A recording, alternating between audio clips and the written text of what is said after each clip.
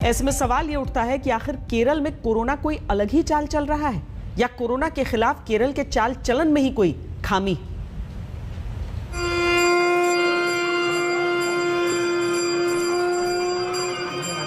Corona के पंजों में जकड़ता केरल, भारत के 50% कोरोना केस का गढ़ केरल, एक दिन में 22,000 से ज्यादा कोरोना केस का रिकॉर्ड बनाने वाला केरल, 12% से ज्यादा पॉजिटिविटी रेट वाला इकलौता राज्य केरल, देश के 1/3 से ज्यादा एक्टिव कोरोना केस वाला राज्य केरल।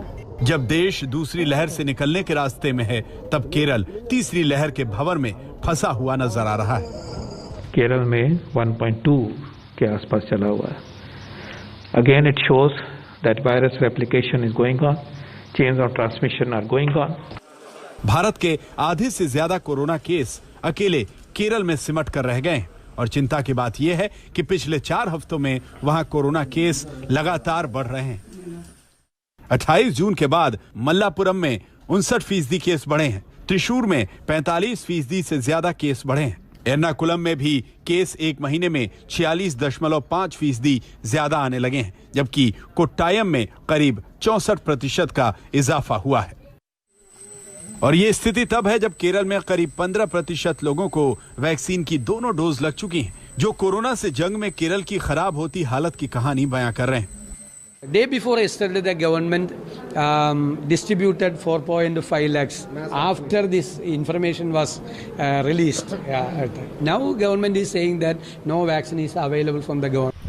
केरल में कोरोना का जो कहर दिख रहा है, उसकी वजह यह भी है कि हाल के दिनों में केरल में सुपर स्प्रेडर इवेंट देखे गए। केरल सरकार ने 21 जुलाई को बकरीद के मौके पर कोविड गाइडलाइंस में 3 दिन की ढील दी और कोरोना के घटते केस तेजी से उछाल मारने लगे। केरल सरकार ने सबरीमला मंदिर को 5 दिन की मासिक पूजा के लिए 17 से 21 जुलाई तक के लिए खोल दिया और कोविड नियमों में भी छूट दी।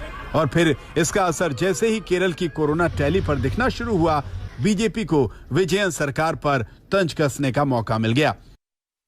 बकरा ईद के समय जो रिलैक्सेशन 3 दिन का केरल सरकार ने दिया, उस पर सुप्रीम कोर्ट ने भी चिंता जताई थी, मगर दुख के साथ मुझे कहना पड़ रहा है, तुष्टीकरण की राजनीति जीती और सुप्रीम कोर्ट के इस हिदायत को केरल की सरकार ने पालन नहीं किया।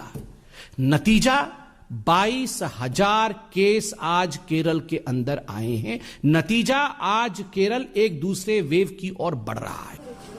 राजनीति अपनी जगह है, लेकिन अगर देश के आधे से ज्यादा केस अकेले केरल में सामने आ रहे हैं तो सवाल तो उठेंगे ही। लेकिन केरल सरकार कोरोना के बढ़ते मामलों पर कोविड नियमों में ढील से ज्यादा दोष कोरोना वैक्सीन की कमी पर मढ़ रही है। The seroprevalence study shows that the number of people infected or the number of people who has antibody in their body is 42%. It means that more than 50% of the total population is unaffected.